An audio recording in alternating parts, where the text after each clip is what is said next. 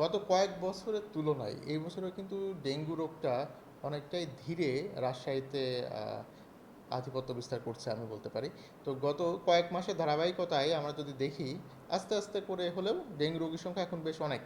এই মৌসুমে এখন পর্যন্ত রাজশাহী মেডিকেল কলেজ হাসপাতালে ৩৭১ জন ডেঙ্গু রোগী আক্রান্ত হয়ে চিকিৎসা সেবা নিয়েছেন। তার মধ্যে 4 জন মৃত্যুবরণ করেছেন। বর্তমানে 27 জন চিকিৎসাধীন রয়েছেন। এবছর আমরা যেটি খেয়াল করছি, এই আক্রান্ত রোগীর বেশিরভাগই কিন্তু রাজশাহী বা তার আশপাশের অঞ্চলে।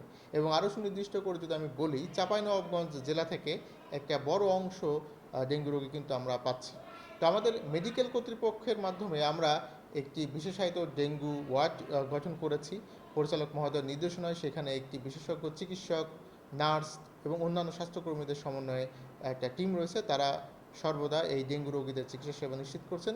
একই সাথে হাসপাতাল থেকে পর্যাপ্ত পরিমাণ ঔষধ, শিরাপথে দেওয়ার জন্য যে স্যালাইন এবং অন্যান্য যে পথ্য রয়েছে, সেগুলো আমরা সুনিশ্চিত করেছি।